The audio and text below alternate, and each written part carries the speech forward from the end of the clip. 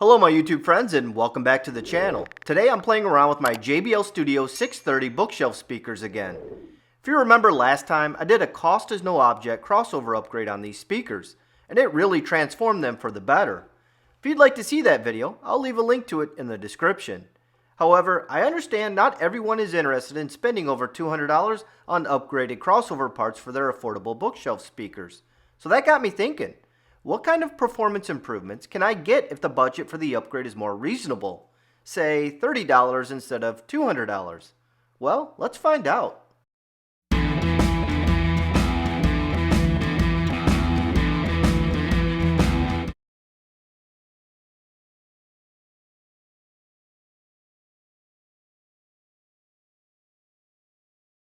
The goal of this project is to bring the Studio 630s to the next level in terms of sound quality and clarity without breaking the bank. Since the budget is rather small, I'm going to focus the majority of the budget on the high-pass filter, but I do plan on making some minor adjustments to the low-pass filter as well. Keep in mind that this isn't a crossover redesign. I'm simply replacing the lower quality parts with higher quality parts. The original high-pass filter in the Studio 630 uses polyester film capacitors, which are under the umbrella of polyfilm capacitors, but it's at the bottom of the barrel in terms of performance. I'm going to focus my budget on swapping out the low-grade polyester film capacitors with higher quality polypropylene film capacitors in the high-pass filter. This should give me a nice upgrade in clarity over the original capacitors. For the low-pass filter, I will be installing bypass caps on all the electrolytic caps. Basically, a bypass cap is a more affordable way to improve the performance and tonal characteristics of a cheaper capacitor without having to replace it. Here is the list of parts that I'll be using for this build. At the time of this video, the total cost of all parts came in at around $25 before any discounts.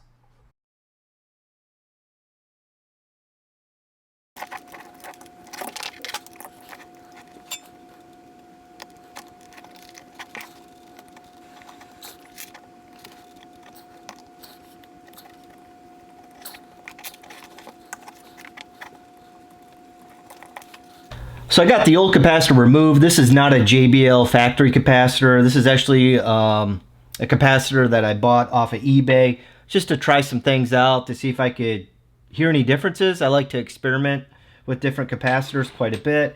This was a metallized polypropylene film capacitor that I had in there, and definitely they are a lot better than the polyester film capacitors in terms of sound quality.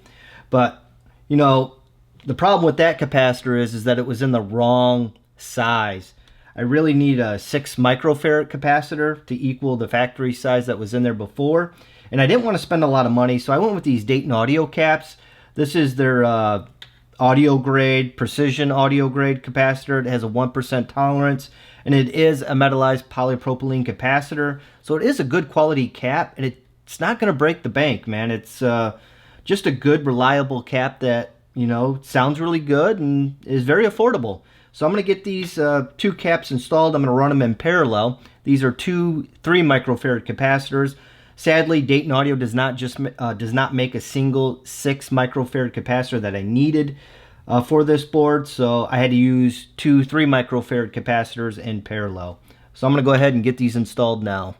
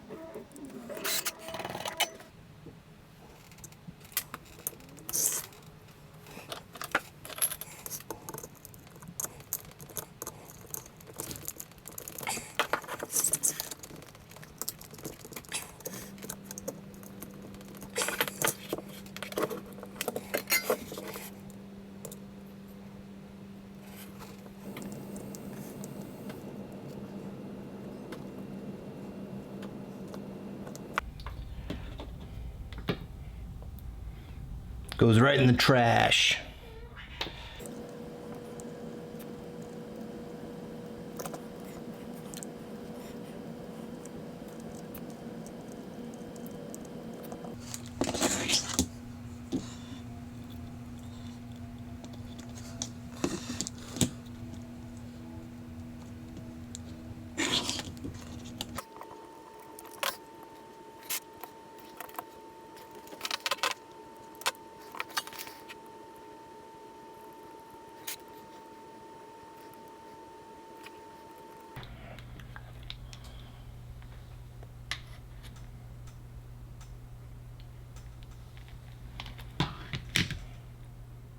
Here I'm replacing the final polyester film capacitor on the high-pass filter.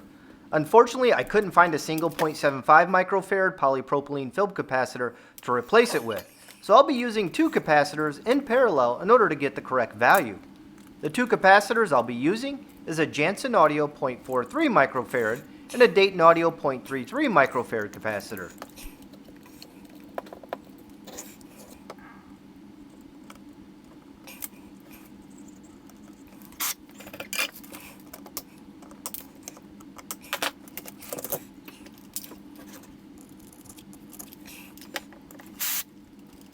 Alright, here's the finished product of the high-pass filter. As you guys can see, I got all the polyester film capacitors replaced with polypropylene film capacitors. Now, I did have to kind of play around with getting them to fit nice and snug down in these valleys here on the crossover board. Sadly, I couldn't push them all the way down to the base of the board because the newer capacitors are a bit, I guess, wider. They're bigger. So they didn't fit really nice and snug down there, and I didn't want to risk them rattling around. So what I did is I used my hot glue gun to anchor them to the sandcast resistor. That way, there's no risk of them vibrating around in there and causing, some interference with the sound. So now I'm going to focus my attention on the low pass filter here. We have two electrolytic caps. Sadly, the sizes of these electrolytic caps are so large that if I were to replace them with polypropylene film capacitors, they would be something like this. So this would be the 11 microfarad, which would be this one. And then I have a 16 microfarad here, which would replace that one. And as you can see, they're just way too large to fit on this crossover board. So what I'm going to do instead is I'm going to use a bypass capacitor. I'm going to solder them on the back side of the board, hot glue them there, and that should help with some sonic improvements over the electrolytic capacitor.